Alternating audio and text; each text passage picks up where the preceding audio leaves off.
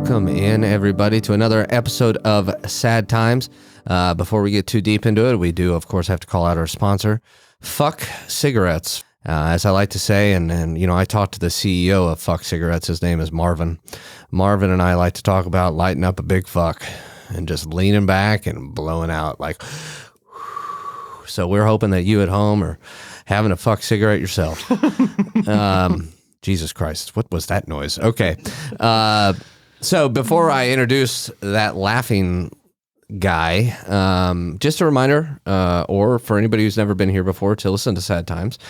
Sad Times is a show we do where I have a guest on, and we talk about times in their life where they were sad, upset, anxious, emotional in a lot of ways that, and we talk about how they reacted at that time. We talk about how those around them reacted, perhaps. And the goal here is not to fix the problems, that somebody may have had or has.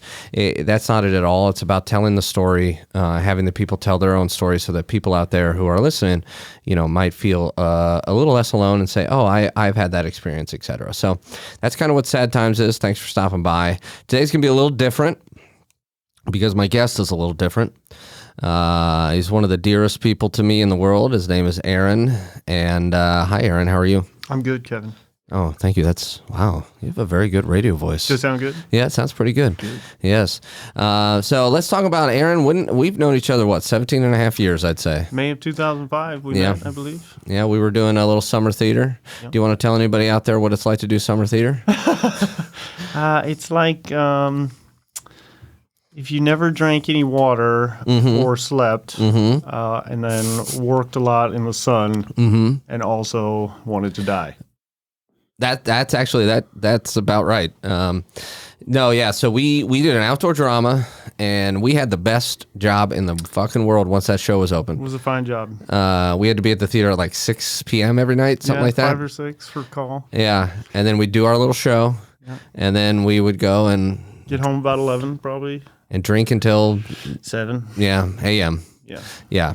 And then I remember my buddy Mike Cole, who was on the show before. We had bought black fabric, and we put it over our windows in our bedroom so that we could sleep till like 3 or 4, and there's no sun.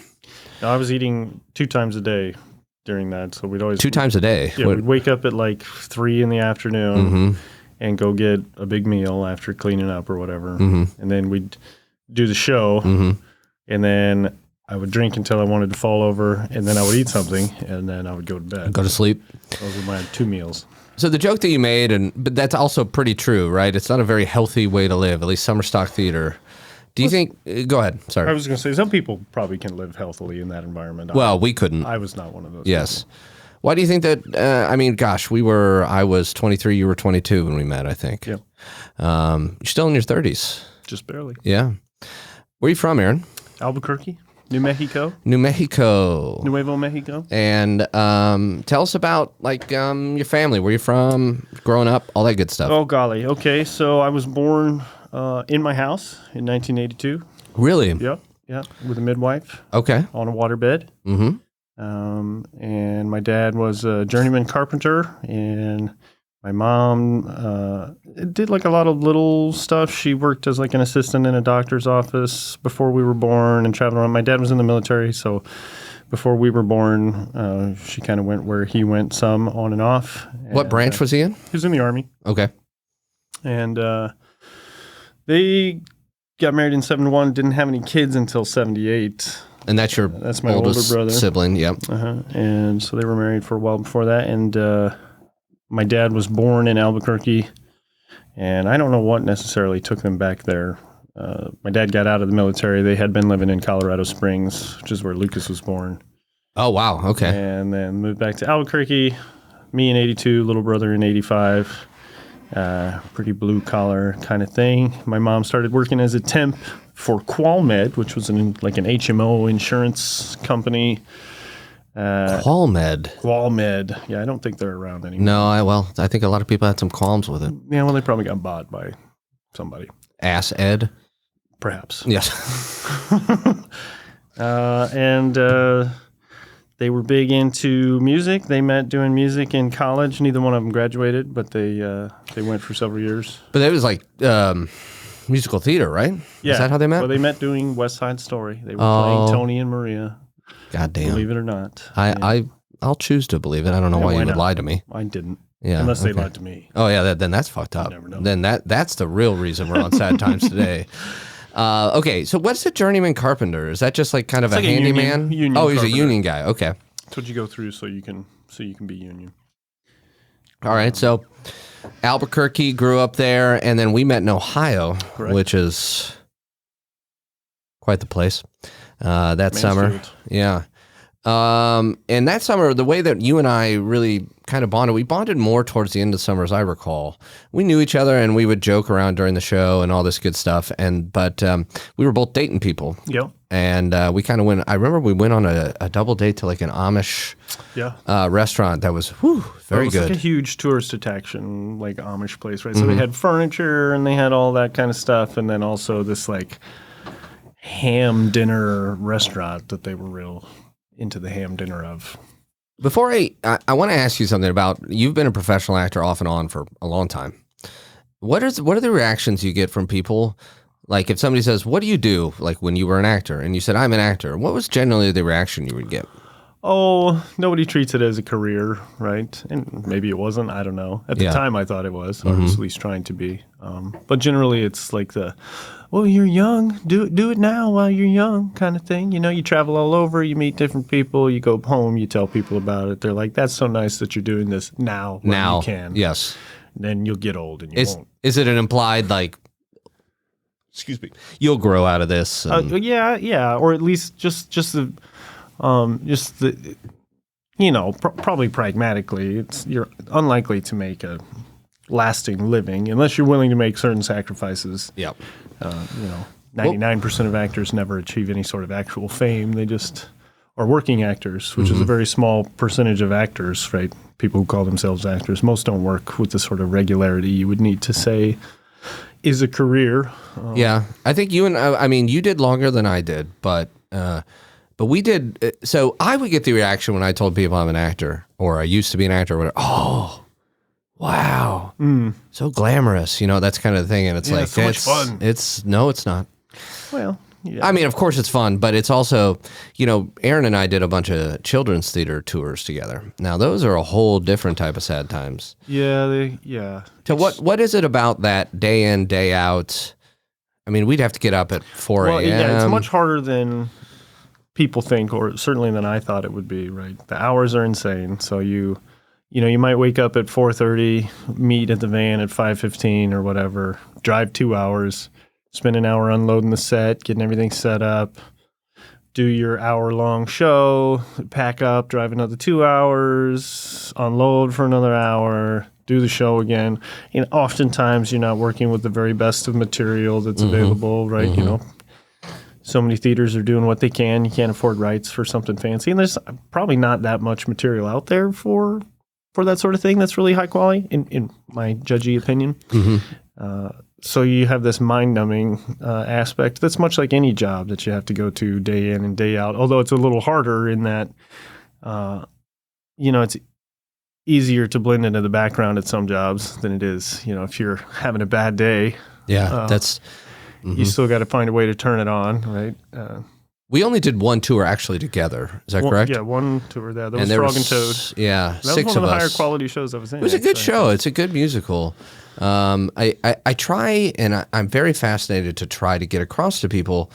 Yes, it's a job. Yes, it has. I think you said it well there that you can't really blend into the background, obviously, because there was just 6 of us in the show, and you do 10 shows a week, and you load that set in, load it out, and it's not the kids' fault, but usually kids are like, they're like, why am I here? What is this? And then you look out and the kids it's like a sea of a moving sea. It's a very, it's just a weird existence. And you stay at a lot of like Super 8s. We didn't go to many hotels because we did day trips. Like we were in the saying. one state. Yeah. Yeah. The first tour I was on was the true story of Pocahontas, a little Jim. And we toured all over. We did like 11,000 miles or something on that tour. Yeah, and that was only in like 3 months, right? Yeah. Something like that? All the way down to the very tip of Florida. We drove across the Everglades, and all the way back up north. What was the hardest part of doing that tour? Well, we did that show 117 times. In 3 months. In 3 months. It wasn't a great show. Uh-huh. Some of the people I was working with were difficult to work with, as I'm sure I am at times as well, but some interesting challenges. Things like mini actors. Some of the folks in there were dealing with their own mental health challenges, and that made the tour itself more challenging. There's 5 people on that show, right? 5 people. Yeah. I was in the main stage version of that. We lived in Richmond, but you were gone for like 3 weeks at a time. You'd be out even for 3 more. weeks. I think our longest away was 5 weeks. Yeah. Yeah. And in hotels. Talk about how that is. And it's not like you get there and you get your own hotel room and you get away from everybody. No. Right? And you said the van earlier. You're in one van. Right. With everything in it. Same people all day, all the time. All day. You go to meals together. You're in the hotel. My little brother was on the tour with me. So it was me and him and another gentleman sharing a hotel room all the time. That gentleman snored like nobody I've ever heard in my whole life. And I come from a long line of snorers. I don't... Was it like a yelling snore? No, it was like the roaring bear snore, right? It would kind of... kind of thing, right? And you guys couldn't wake him up, right? You'd be like... He didn't wake up. You'd be like, hey.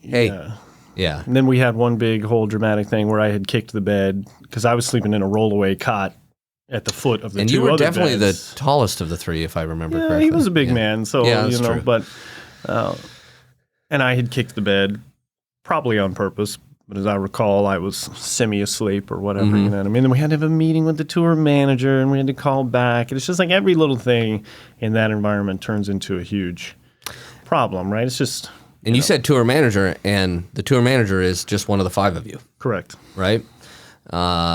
So 117 times you're doing the show, and you're supposed to present it the way that it was directed, right? So, like, for example, if somebody goes to see, I don't know, The Lion King on Broadway, it's a lot like the true story of Pocahontas. I'm just kidding. It'll say directed by Julie Taymor. She directed it in the 90s. They're still doing her production of it, like how she directed it. Yeah. So the stage manager's in charge of making sure that happens. Yes, exactly. Right? And that's what we were supposed to do on these shows. I'll speak for myself. Like, I would be on the road, and if you don't get along with the people that you're touring with, that is, 5 weeks, I know in the scheme of things, it's not very long, but my goodness. Well, it's a lot when everything is so the same. And I think what makes it extra difficult is, you have life and life issues outside of that. And all you have is time to be super focused on whatever your problems are, right? The show is a problem. Whatever your other life problems are a problem. I was going through like a weird long distance relationship breakup thing at that time. And that was the same person I think you were. Also is one of the things that brought us closer together was I talked to you on the phone a lot. Yep. When I was out on that tour. Plus, we lived together in the house when we were both when I was still there. Gone. We were at the house, and I was all heartbroken about a gal, and you were dealing with it. And these were both the same people that we were dating the summer of 2005 Correct. when we met. Correct. So I had my ex was like, "Oh my God, I can't take you anymore," and she and I weren't even talking at that time. But you were in a relationship, but it was long distance, and you said it was strained? Yeah, it was strange from the beginning, In retrospect, it's pretty easy to see what was going on. But at the time, I think partially it's me. When I start a relationship, I tend to start it from the perspective of, like, I'm committed to this relationship. Even if maybe I shouldn't be quite as committed. Yeah. There's no justification. Not that the person isn't justified, but just... it's okay to have relationships that aren't long-term, right? Yeah. Okay to enter a relationship and then have it go away rapidly. I didn't learn that until later. And so every relationship I ever got in, I was like, we're in this, baby. Yeah. And we're going to, go through all the hard stuff, even if it's like, that never should have happened.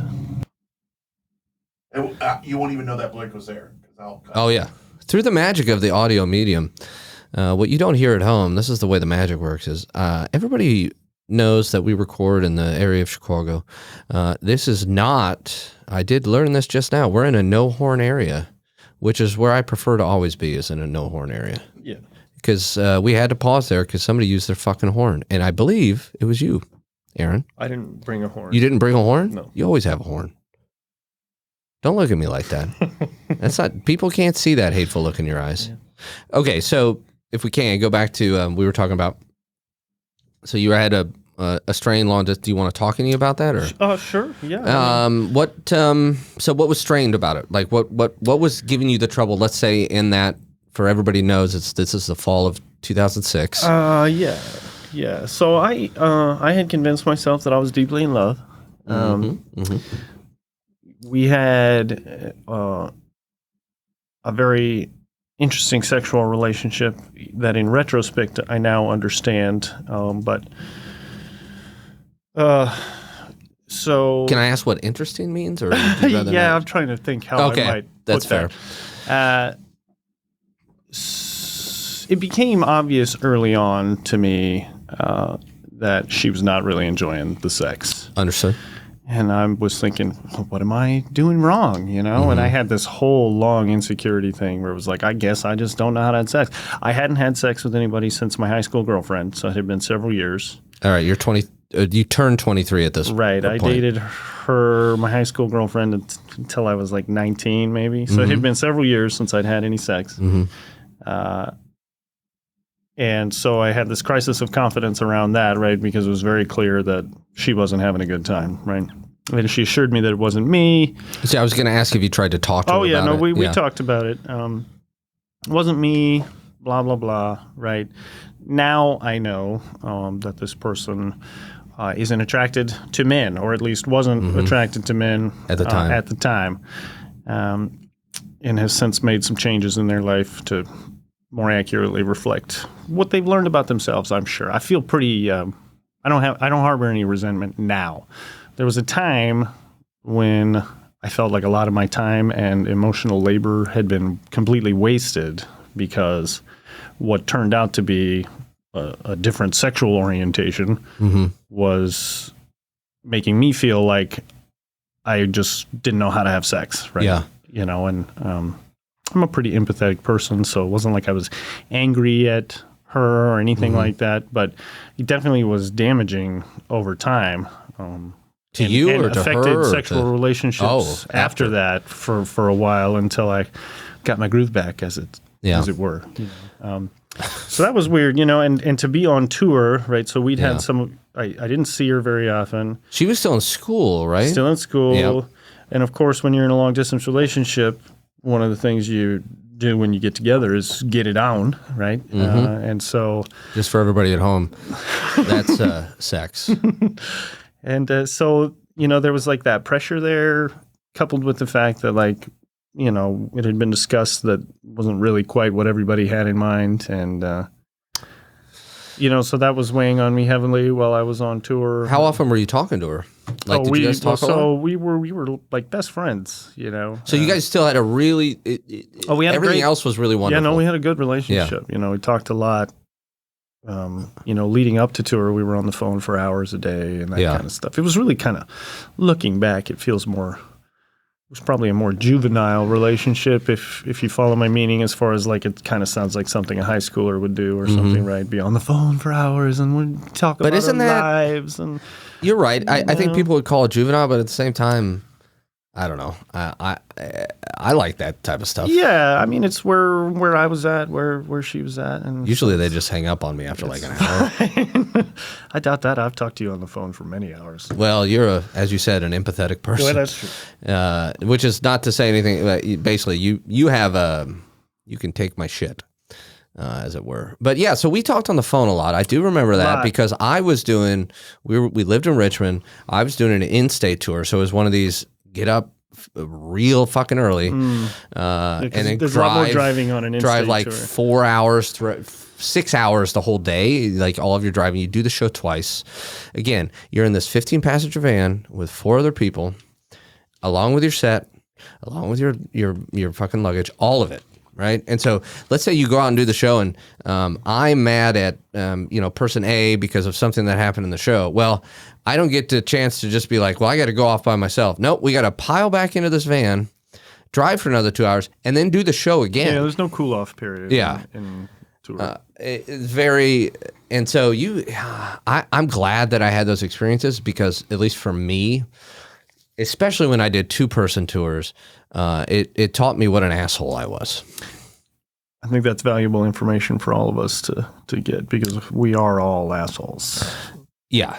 And having to share hotel rooms with people that you do a show with, that you drive with all day, and you do that for 5 weeks, you would be superhuman if you did not build up frustrations, Absolutely. resentments, whatever, whether they be like, I remember I was on a tour, I would just get mad. I would just look over at my tour partner and we would be driving 8 hours a day and I would just look over and be mad. Yeah. It wasn't anybody's fault. I was just like, I'm so tired of this. Well, it all builds up. Yeah. So you guys had a strained relationship. When did you guys end your relationship?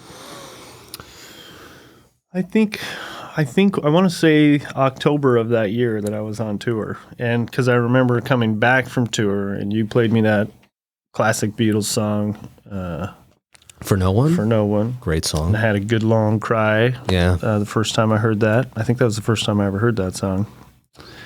It's a and, great fucking song. I had the drama of youth within me as well, so everything is emotionally heightened. And I was just like at a place where I was ready to feel a lot of feelings. I had a lot of emotions ready to go. I mean, I was, Your day breaks, Yeah, I your love that mind song. aches. Paul, baby. Great. So, but that was October. I want to say, I actually had a thought. You said, well, I was heightened emotional. I think one of my problems as a person, other than my face, is that sometimes the emotions, they're overwhelming. And and so do you feel like that has receded for you or? Well, I feel like it's in my nature to want to be controlling. Mm-hmm. This kind of sort of ties into the experience I had when I lost my fingers in that, like, Don't give it away, dude. it's really important Don't for give me it away. to feel like I'm in control of, not in control of people, in control of myself in any situation. I'm, at least in theory, I want to believe that I am the master of how I'm feeling about the things that are happening around me. Now, I wasn't always very good at that. I've gotten better. I think just even thinking about the fact that I could choose within a certain boundary to feel something or not. At that time, I was full into the feeling, the fullness of every emotion I had. And I don't know, to say it's a choice is probably not accurate. You were maybe more keen.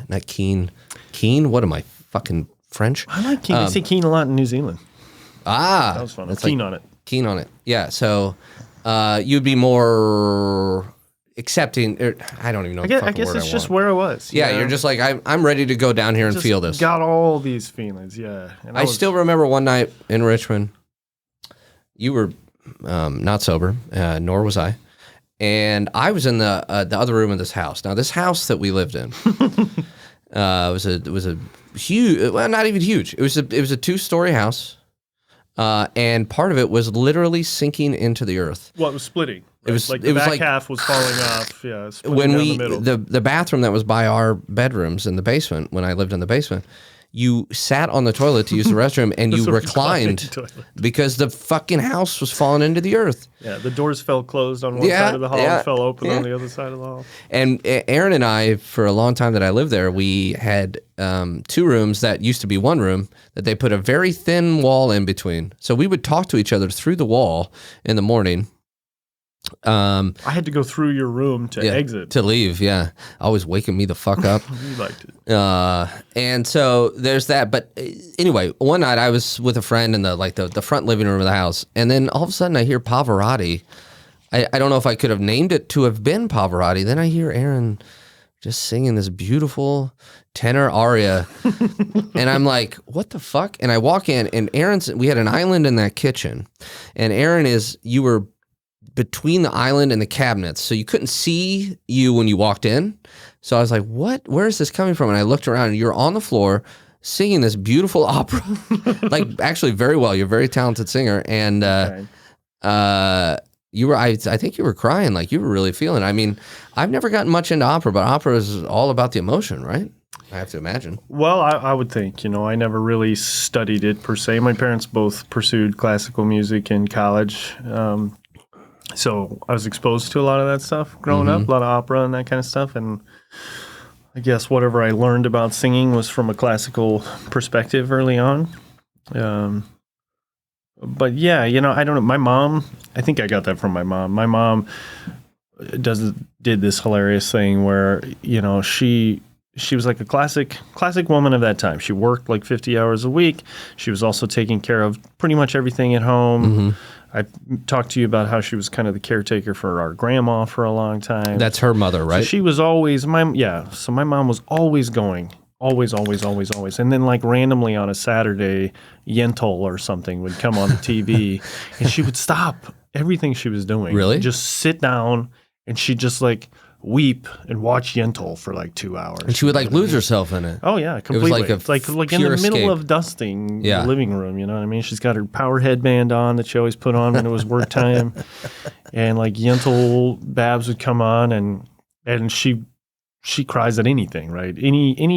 She's very empathetic, right? And I think movies, and especially movies combined with music, right? Music really hits her. my emotions really easily. So music makes me cry a lot.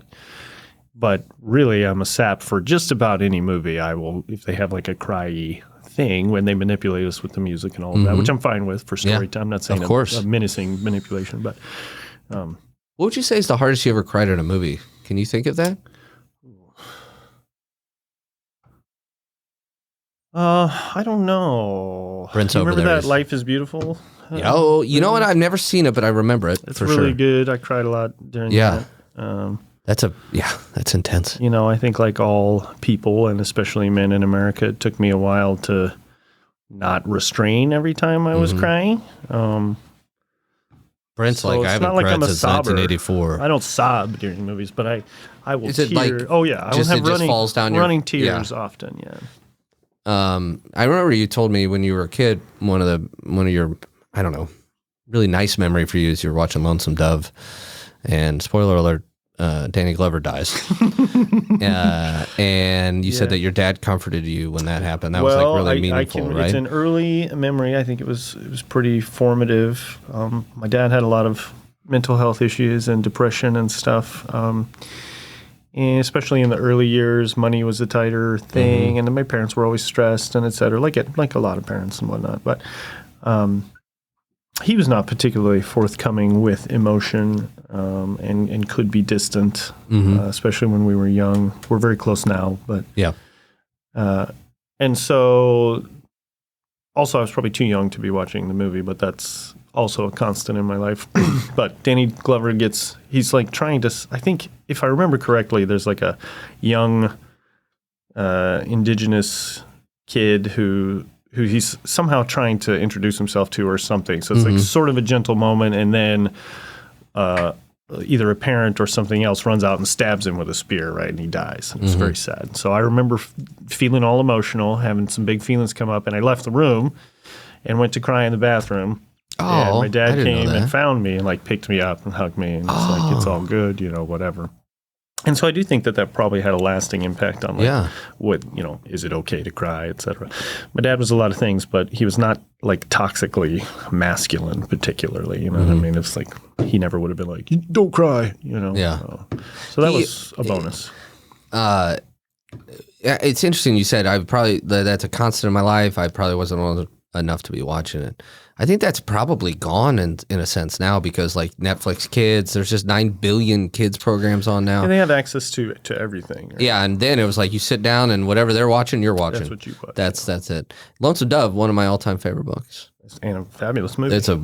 I've never seen it actually. Oh, you really should. I should. It's excellent. There was a television show that Brett the Hitman Hart was in. Yeah, Brent, calm down. But yeah, he left the WWE in 1996 to go film Lonesome Dove for like 6 months. Yeah. And this has been the Wrestling Hour, brought to you by Fuck Cigarettes. That's Fuck Cigarettes. Okay, all right. So we jumped around a little bit there. You kind of give away something. So I want to ask you, you said you lost some fingers. Mm-hmm. Now, I haven't noticed that. Tell us about it. So which fingers are you missing? I'm missing the index finger and middle finger of my left hand, but pretty much 98% of them. I still have a little, the knuckle is not gone, so I can wiggle the knuckle, but the whole finger is gone. Tell us, how old were you when you lost them? 31.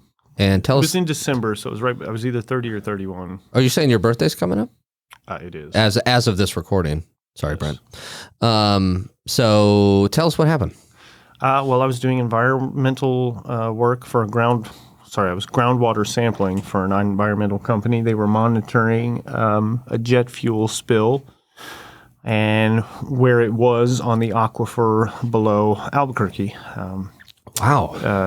Right? So Albuquerque's a desert, obviously, so the aquifer is super important. Jet fuel had leaked at some time in the past and filtered down through the sandy earth and was now floating on top of the aquifer. So they had all these wells, sample wells drilled all over the place, in the city, on the Air Force Base.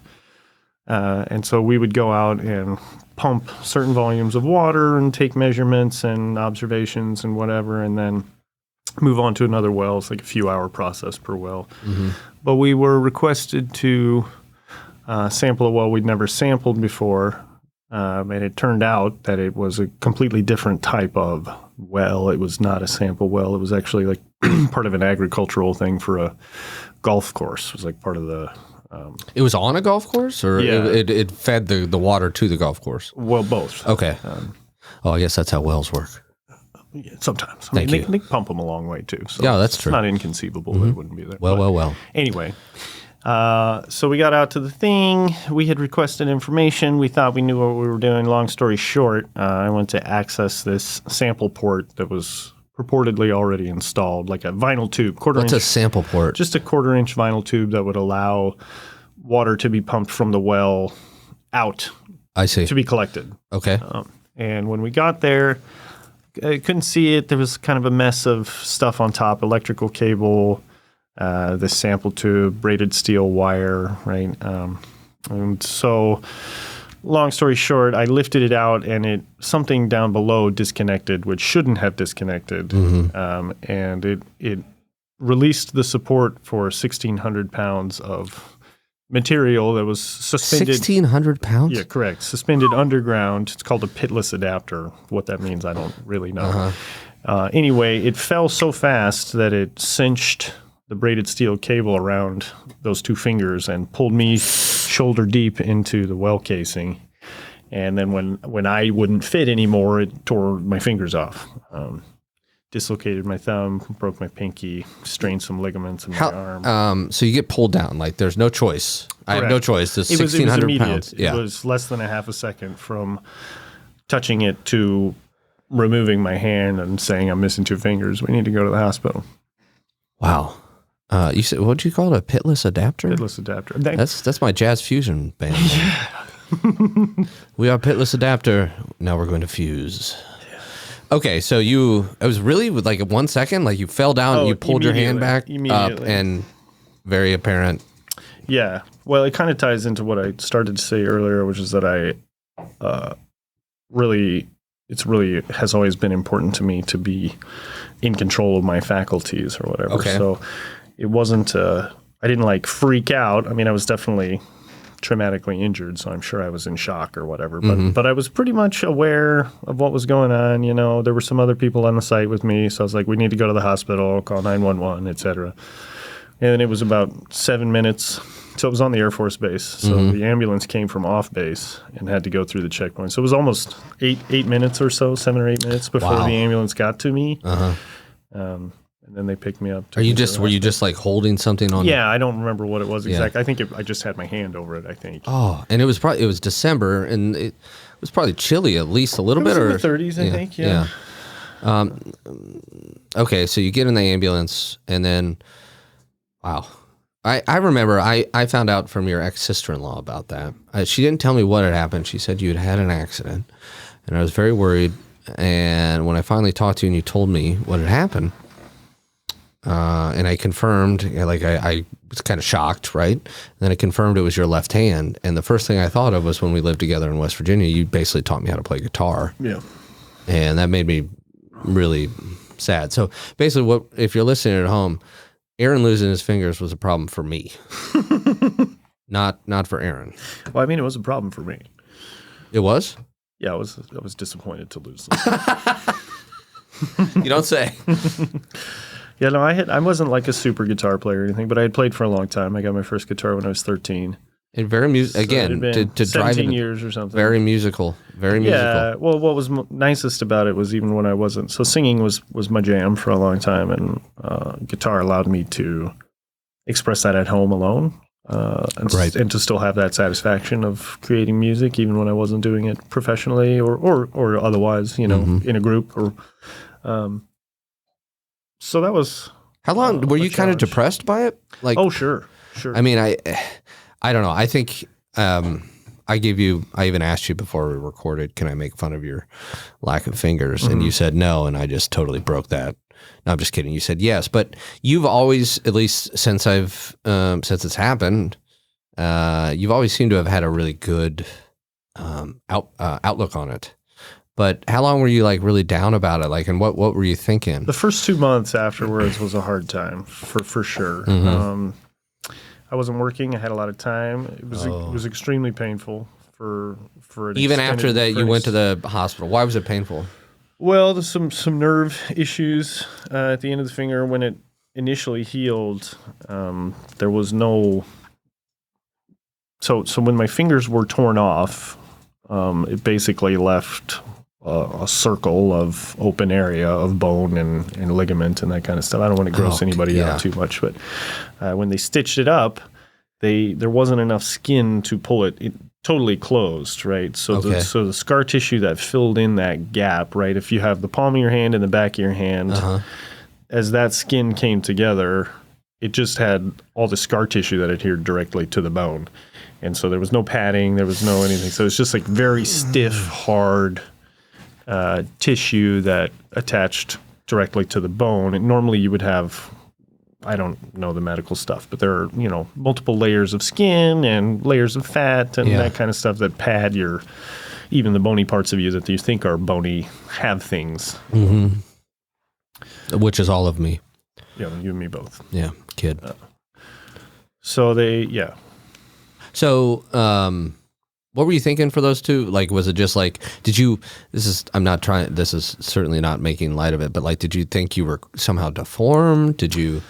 I was actually, as far as how it looked, was more a concern later because it probably took a full year or a year and a half before the tissue kind of regulated. So it was really swollen and bulbous for a long time. So it was like your knuckles. Like, right. Obviously, you can't see, but you're right. You said 98%. Right. So my knuckles are there, right? Yeah. So, but the fingers themselves are gone, and so like those knuckles were super swollen.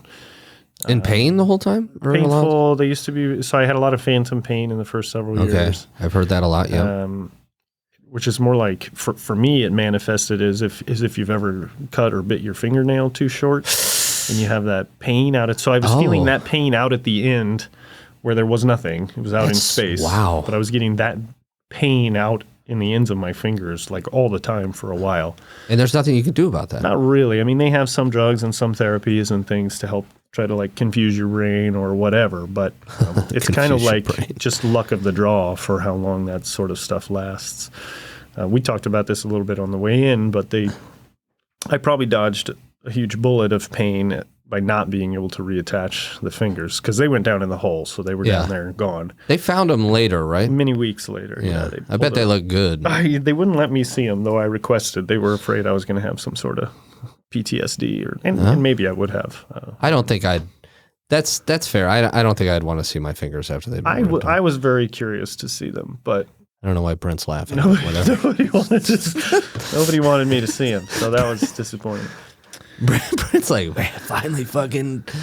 Okay, so, but then you had a surgery of some sort. Like, how far? Scar revision, and I had a neuroma, which is where your scar tissue, or the end of the nerve that remained, the nerve that would go up your finger, The end of it ended up encased in scar tissue. So I had what they call a neuroma, which is like a really sensitive area where the scar tissue is right on the surface and the nerve is in there. And so it's like the nerve is like right there. Oh.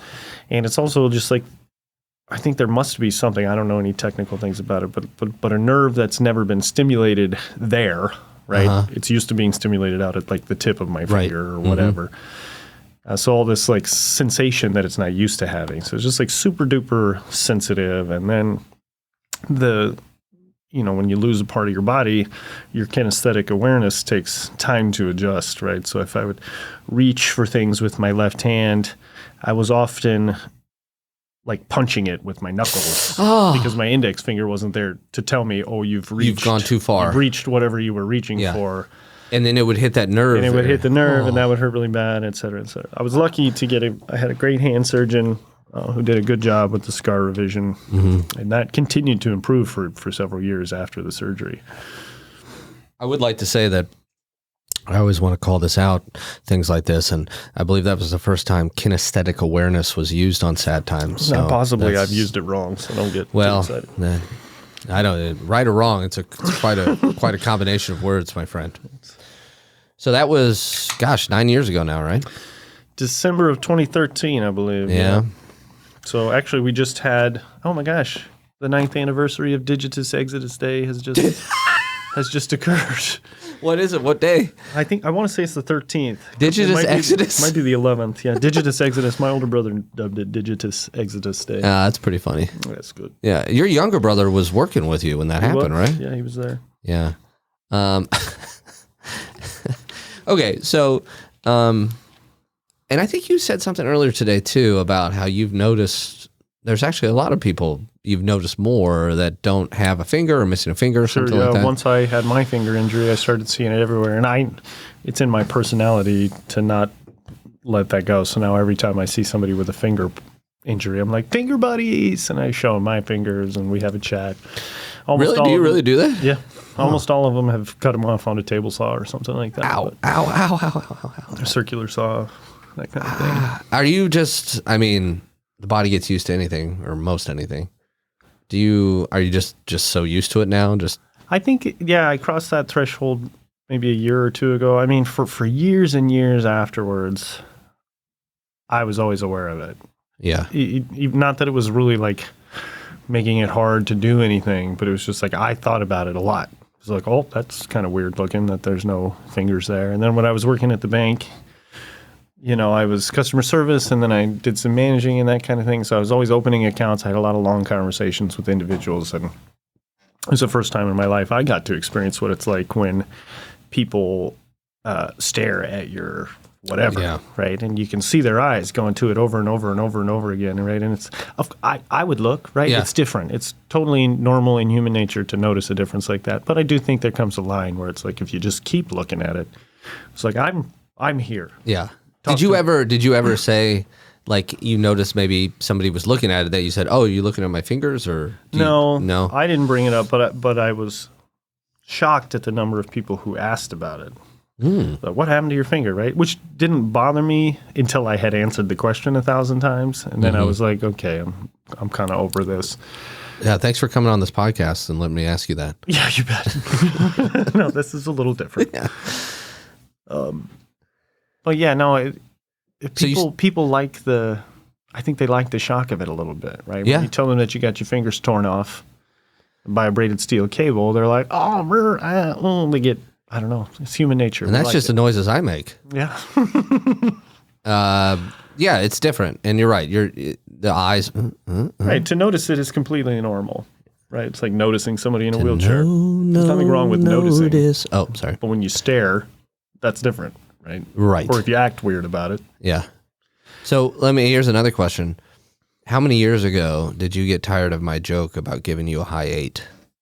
Well, I don't think I've ever gotten tired of that. Oh, that's good. I started talking about high 3s pretty fast. I mean, again, it's in my personality to joke about it a lot, and so my outward expression of it was always pretty jovial, and I still like to use that as a way to deal with it. Though I think it was definitely a deflection from more sadness and more That's how I use humor depression. for sure. Right? I mean, humor's a defense thing, so I latched onto that immediately with my fingers. Yeah. I think one of the first pictures I sent you was when I put my stumps up to my nostrils, like I'd put my fingers all the way up my nose. And I was like, it's that time of year again. Aaron's always putting his fingers up his nose. All the way. All the way. So, yeah, I mean. Humor is a defense mechanism. I think that's important. And I think I have my mother has a very, very, very, very, very, I mean, dry as the Sahara, very dry sense of humor. And it's usually very dark. And my humor tends, I believe in silliness. I believe in silliness like as much as I believe in kindness or anything. But also humor, one of the best things about humor is you can take dark things and, you know, well, literally make light of it. Yeah, you got to, own it. Not literally, yeah. So to speak. So you, that's good audio right there. You. Now for the breathing pause. God damn it, Brent! Stop interrupting my show. Let me get another one of these out here. All right. So you mentioned growing up. Mentioned your dad. We talked about.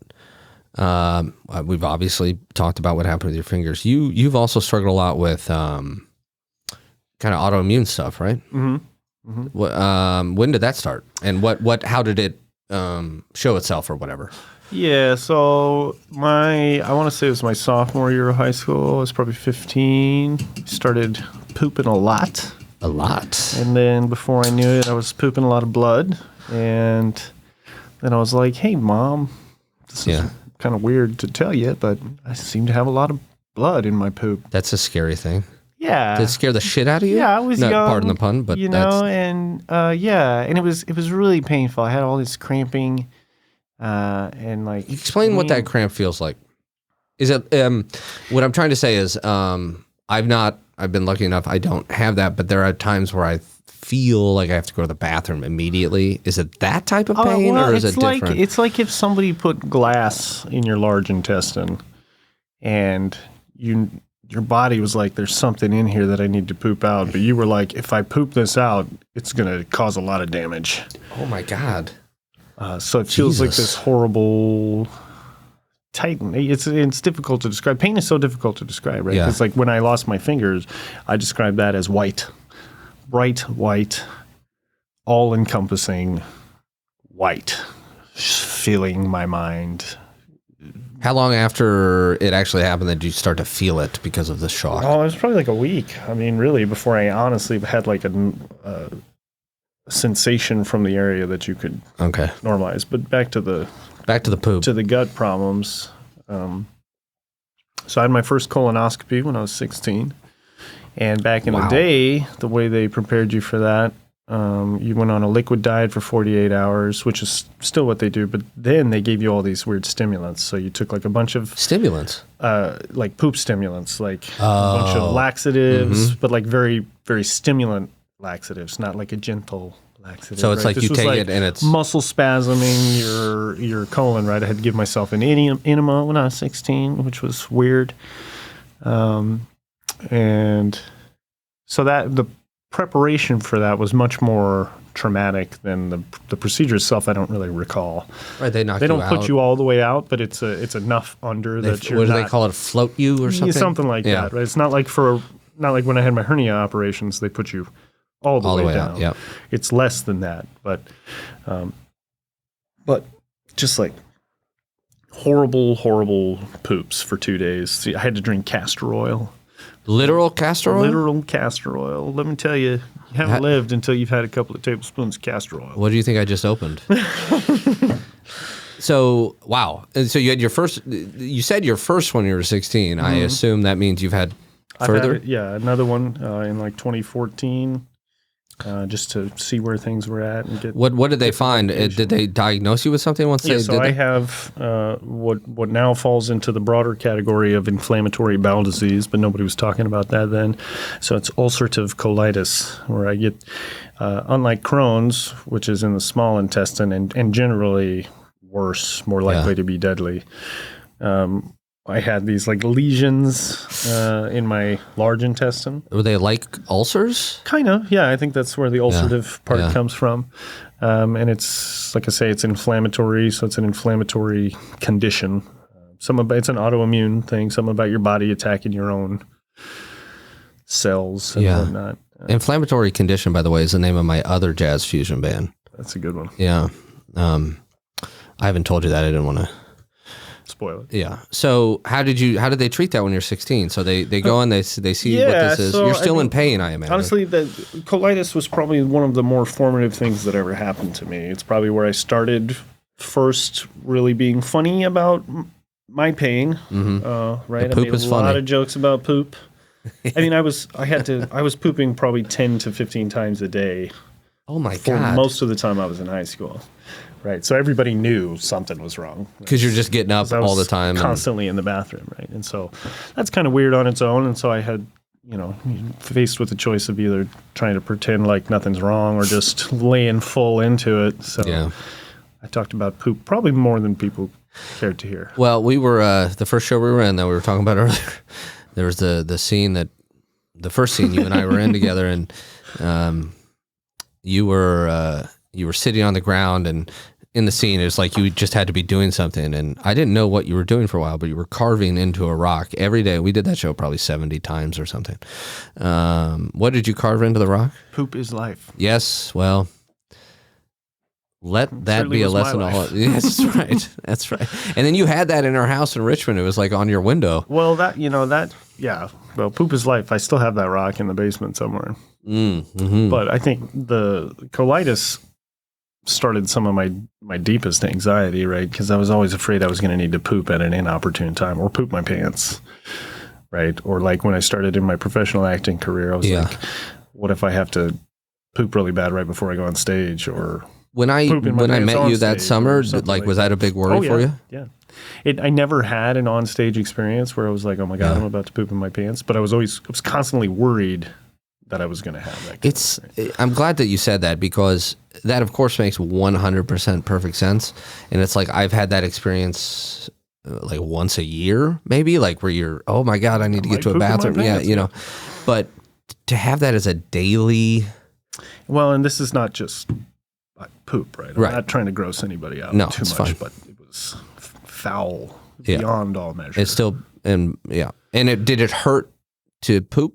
Well, it was hard on my sphincter to be wiping my butt 1,000 times a day, right? So that was painful. Yeah. And then the cramps with the pooping, You get the cramp. I know we're really going down in there. Into the poop. That's right. Do you get the cramps while pooping? Sure. Yes. Yeah. Before, during, after. Thankfully, the cramps are less of an issue these days. But you still struggle with this 25 years later. Yeah, I know you're still in your 30s. I'll have it my whole life. Yeah. Well, you did take medicine for a while, right? Well, so, I mean, you kind of started to ask earlier. Early on, the early treatment was a drug called Acicol, where I had to take 4 pills 4 times a day. Jesus. Are they big pills? They weren't super huge, and Okay. I don't have any problem taking pills, so that wasn't a problem. The problem was just that it didn't work, right? So I'd take the pills, and then I'd poop them out. I mean, stuff was going through me so fast. I had many identifiable items in my poop, right? I could tell what I'd been eating. I could see the medication I'd been taking. Stuff wasn't staying in my body. And when I graduated from high school, I was a little over 6'2". I weighed 135 pounds. Wow. Right? So I was not digesting well. That was frustrating, and they tried to keep me on that for a long time, even though I was like, I'm pretty sure I'm just pooping these right out. And they're like, no, this is the good stuff. Yeah, what was the goal of those pills? Was that did they attack your immune system type of thing? They weren't. No, so that's like a biologic. They call that nowadays. They were not a biologic. I'm not sure the mechanism that they were meant to work through. I wasn't paying attention at the time. I assume it was some sort of inflammation blocker of some sort, and they still prescribe it, I think. So mine was moderate to severe. If you have mild or moderate to mild, they still prescribe that for some people, and it works for some folks. It just didn't work for me. Most successful drug I ever took was Humira. Okay. But that costs, I wasn't paying it, thank God, but it's like $10,000 a month. Without insurance? Without insurance. $10,000? $10,000. It's probably more now. So it's wildly expensive. You got to give yourself injections. Yeah, how often do you have to do that? I think it's once a week. I Like in only your took stomach? it for a year. Well, you have Area? to pick a few different locations because Oh. you can't do it in the same place over and over. Well, again. no. We've all seen Requiem for a Dream. Yes, that's right. So I had a rotation of left thigh, right thigh, left abdomen, right abdomen. Oh, it's like when I wore just way, way easier, but when I wore a nicotine patch, you had to move it gotta around move your them body. Yeah. You ever fall asleep with a nicotine patch on? I have never had a nicotine patch on. Well, let me tell you something, buddy. You want to have some fucked up dreams. Fall asleep with a nicotine heard patch that. on. I've heard that. It's like 32 dreams. And it was, that was bad timing. Bad time. But help me quit smoking. All right. And do you have any other autoimmune issues? Well, I have asthma and I have eczema. How old were you when you first started having the asthma issue? Well, I'm pretty sure I gave myself asthma, or at least tipped the scales to that line between smoking a lot of cannabis and then I smoked cigarettes. Starting Were they fuck cigarettes? started a little late. They probably were. Yeah. Good. I started in my early 20s and then smoked till I was like 26. I didn't smoke super long, maybe 4 or 5 years. Well- but by the time I was done with cigarettes, and part of the impetus to quitting was these horrible coughing fits I was getting. They at were night, horrible. and I didn't know that what I was feeling was the inflammation of my lungs. I thought I had material to cough up. So you're but still it was- trying to... So I was trying to cough stuff up, but truly it was just inflammation. And then I realized that I had essentially given myself asthma. So now I take an inhaled steroid daily, and I have an... Is it like as needed emergency- inhaled steroid? No, that's or? a daily medication to just keep things under control, and then I have a rescue inhaler, albuterol. Oh, okay. So I remember like when we would share a hotel room on tour, which we didn't do very many times, but I remember your coughing fits were horrible. Yeah. They were so, man, it was sad to hear that because they were, Pretty bad. yeah. I wasn't sleeping well. I was coughing all the time. And then Colitis was out of control when I was on tour because I wasn't taking medication most of that time. and you Didn't never have had any an insurance. accident on, right? There you go. Let's go back to that for a second. As a professional artist, which say what you will about children's theater, that's what we did. That was our job. Along with other stuff that we did, musicals and Shakespeare and stuff. But waiting tables and all. yeah, are they? But it was just assumed no health insurance, right? And this is pre-Obamacare. Yeah. No, there was just no option. Yeah, Yeah.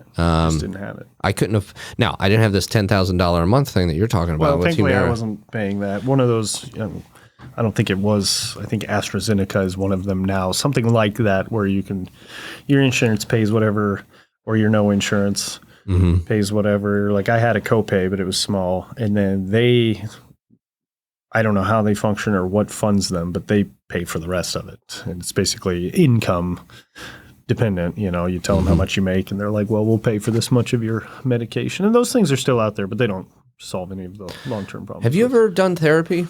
I have not. I bring that up because that's another thing. Like most therapists only take very limited insurance.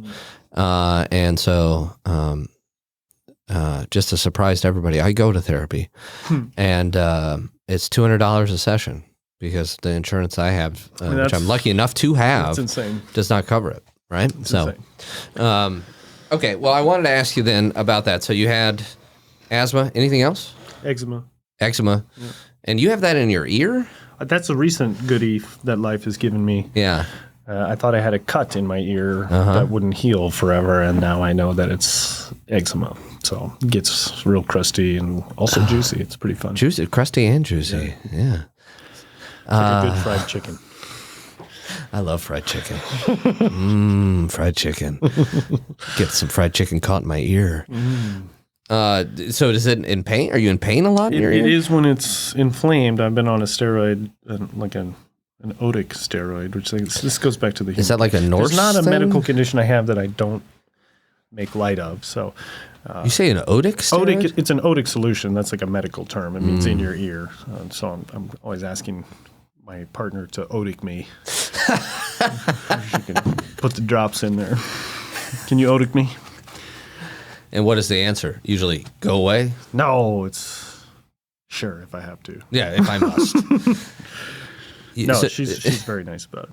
Yeah, I was there when you were. Those were antibiotic eardrops before when I was That was visiting before you. they had decided that it was eczema. Yeah, it was. And there's really nothing you can do about it, huh? Other than manage it. Eczema is one of those gifts that they don't know 100% why it shows up, and there is no cure. There are treatments, so it may go away sometime or it may not. How is that different than psoriasis? Yes, I don't psoriasis. know. Thank you. You don't know. I'm Okay. not sure. But it's also autoimmune. Yep. Okay.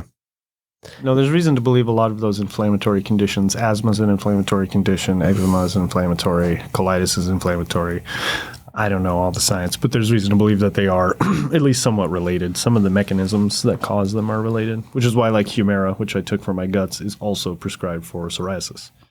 Mm-hmm. I knew somebody who took Humira for psoriasis. I want to say it's called a TNF1 blocker, but that doesn't really mean anything to me. So fair. TNF1 blocker. Something to do with the immune. The night fight one. That's exactly right. The night fight one cell dispatches to do something in your body. Are you mocking what Yes. I'm saying? Yeah. Okay, just making sure.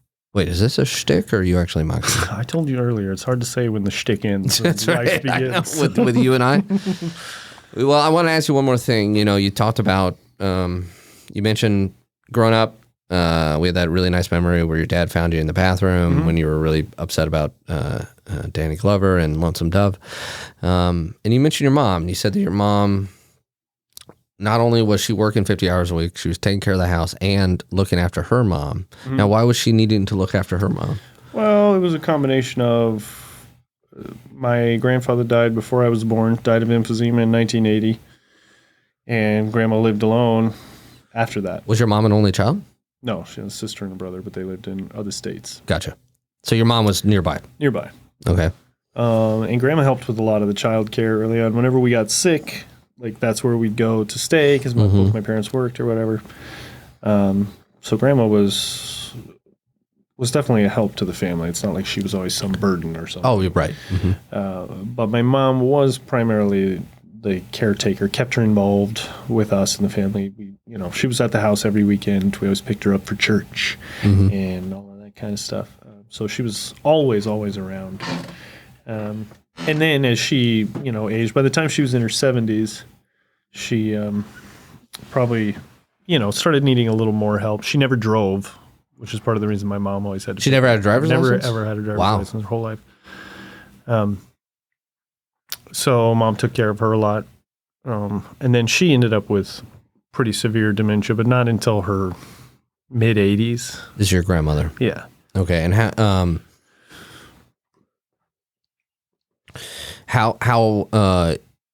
did that manifest?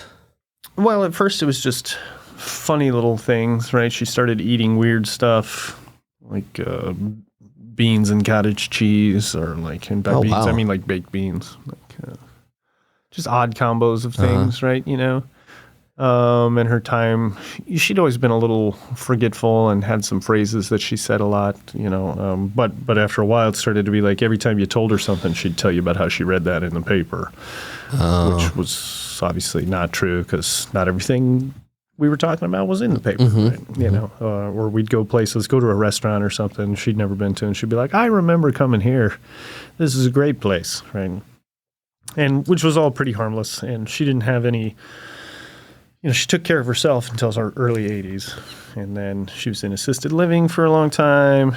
My parents added onto the house, and she lived in the house for a long time, and then she died when she was about 92. Wow.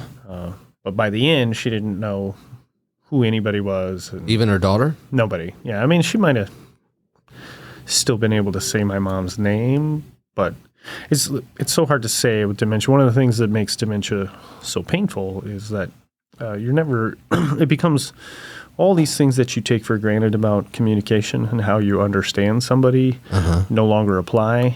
And so you have to like catch yourself. Can you give me an example of that? Well, like you and I have talked about, right? So my mom is like a very reinforcing kind of person, right? So she likes to. So before she was struggling with Alzheimer's, she, when she interacted with individuals, it was usually in a way that built them up, not necessarily being like you're cool, but positive reinforcement via body language. Yeah. generic phrases and that kind of stuff. And so she still does that, right? Like you came out to the house and we August, when was September. that? August. Yeah. My parents came over for dinner and my mom's like, I just love this guy, right? And she's just as likely to say that about you as she is me, you know what I mean? And so I want to stop you for 1 second. So your mother is struggling with Alzheimer's. Correct. And how long has she been dealing with that? 6 or 7 years. And does she know, so I had met her a few times before, obviously at your brother's wedding and a couple other times. And when I saw her in like early September when I was out there, she doesn't know who you are? I would say no. I think she knows I look a lot like my dad, so there's familiarity there, I think. But no, she can't identify me as an individual person. She wouldn't be able to tell you my name if you asked her. How long has that been the case? 3 to 4 years, probably. So Hers came on pretty fast. She's a little young. She doesn't have early onset Alzheimer's, which is a very specific diagnosis. But she's a little earlier than, she's a good 15 years ahead of my grandma with that kind of dementia. So she knows who my dad is as much as she can identify him as Bob. she knows his name still? She knows his name. Yeah. But like, she couldn't tell you anything about their life together or about what my life personally right now, or like she has no actual memories of anything. So I know that this is, start over. I know that this is something that a lot of people, it's just a struggle with. What I mean by that is family members of loved ones who are going through this. Yeah, it's a big deal. And Alzheimer's, it's our society continues to get older, right? So more and more people have family members dealing with those sort of things. Did you have a period where it really sunk in what was going on, and like that? I hate this phrasing, but like there's no turning back. Yeah, I think that's the hardest part about it, right? Is the slow decline that everybody's aware of, the inevitability of everything. So it's like if somebody gets hit by a bus and dies, they're dead, right? And you can grieve and then move on as much as anybody ever moves on from the loss of a loved one, right? But when you have somebody who's dying slowly over a period of years, be it cancer or Alzheimer's or whatever, and you're forced to watch the person that they were slowly go away, is the hardest part, right? And so I had a moment where I think the grieving for me kind of came to a head in like 2019. We had like a family get together, a lot of the extended family together, had a nice time, whatever. But by the time I got home, it was very apparent to me that the woman I had known didn't exist anymore, was as good as dead, right? And so I had like a long sadness most of the rest of that year. It was just sad. Anytime I thought about my mom, I felt like I was going to cry. Anytime I thought about my dad being with my mom for the next however long, I started to cry. It's like there's all the losses that you experience with when somebody dies are there, except that they're made more painful because they go away one at a time and they take a long time. So you really get to suffer through the going away. Yeah. And then you go through this phase where you resent the person for still being alive, right? It's not that I resent her for being alive, but I resent the situation for her still being alive. And then you start to get to the point where you wish they would pass on, which is a weird place to be. So I think that all happened for me that summer and fall of 2019, I think, ish. Okay. So it's as if you've gone. Well, I think I really like the way that you describe that. Like you have to suffer through each part of it. Yeah, each death anew, right? Yeah. When somebody dies in a tragic way, that's obviously very hard, especially if they're young, unexpected, that sort of stuff's terrible. You can't compare tragedies, but there is a special hell in watching somebody die slowly. And I'm sure a lot of people have known cancer patients can relate to that sort of thing. Or like back in the day with AIDS, where it just really slowly killed a bunch of people. Yeah. So watching people die slowly is hard. Wow. Yeah. Do you know the Emily Dickinson quote, "Hope is the thing with feathers"? Yeah, I think I've told you this. I say grief is the thing with talons. It gets into you. And then those talons, it's at least my experience with grief, which is very limited, thankfully. It gets into you, and then it's like those talons make new talons, and those talons reach further. And then it's like you're dealing with a problem, and you're like, oh my God, this is 6 degrees, not Kevin Bacon, but 6 degrees away from what's actually the grief.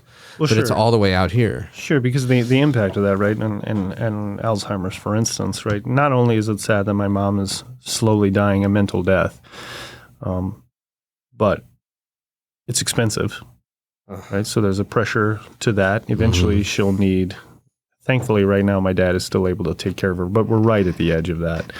And that's not going to be able to continue much longer. Yeah. So you have the pressure of impending financial collapse, essentially, right? I mean, even people who have savings and assets and stuff, assisted living in some places could be $10,000 a month, right? $10,000 a month, and that will wipe you out rapidly. Yes, of course. You've got the fact. I worry about my dad. My dad's healthy, healthy-ish, right? And he could be living life for another 10 or 15 years and actually engaging in life, and the further this progresses, the less he can engage in life. And so I'm sad for him, right? Do you ever talk to him about that at all? No, it's been nice. That's good. He carries some guilt about what he might have done better earlier in his life, and kind of, I think, sees his caretaking of her as a penance in a way. She took care of him for a long time, and now he's like, I'll be damned if I'm not going to take care of her. But also, I'm sure that's hanging on maybe beyond what is necessary, right? Yeah.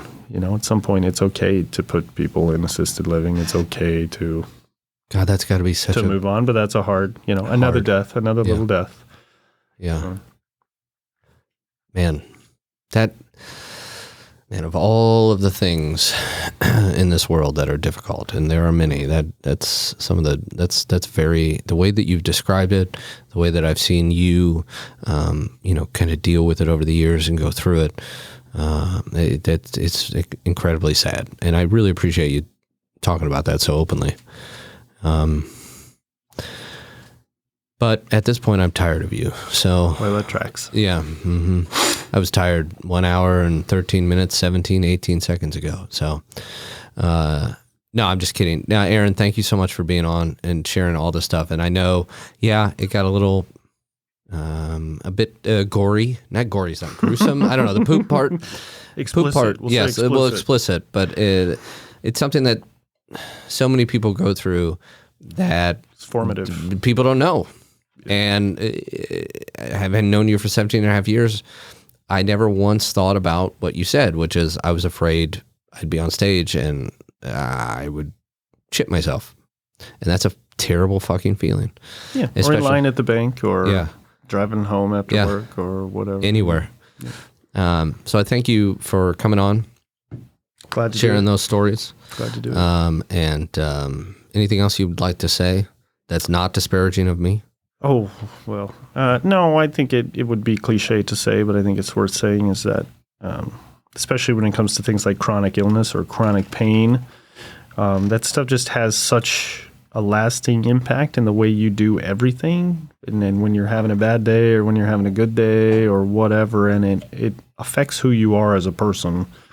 And you can see it happening sometimes and you can see it not happening sometimes. And I just would hope that anybody who experiences that sort of thing, long-term pain, chronic pain, just find somebody you can talk to about it, friend or whatever, because it's much easier when somebody else knows. Pain is lonely, and I think it's human nature to compare pain, even though we all know we shouldn't. Yeah. And I feel like when you're somebody who's experienced chronic pain, you almost always feel like nobody really knows how you feel, right? And that's a really lonely healing. And you feel, I was exactly right. And even though millions of people go through it, it's not something that you're in line at the grocery store. And Well, it's hard to know about people, right? Yeah. It's not written on a sign. So I think there are a lot of people living in chronic pain. yeah, and that mind bending to even think about that. Yeah. So I think what you're saying is like you having had people, friends, partners that you can talk to about this, the way that you've dealt with it with humor and such has been a help for you, but it still doesn't take away the loneliness. No, it's always sometimes. going to be there. It's always there. Yeah. Well, thank you again, sir. I know some of this stuff isn't easy to talk about, but I really, really, really, really appreciate you being on and sharing your story with us and for your 17 and a half years of friendship. Okay. It's my pleasure. Yes. Has it been, though? Mostly. Mostly, yes. Well, I love you, buddy. Thanks for coming on. You too. And everybody else, thanks for listening. As you listen to Aaron's story, I hope that this has made or helped make some of you feel a little less lonely. And, as you're reflecting on all the stuff that Aaron was brave enough to tell us, just make sure to light up a fuck, breathe it in, and blow it out. And we'll see you next time on Sad Times.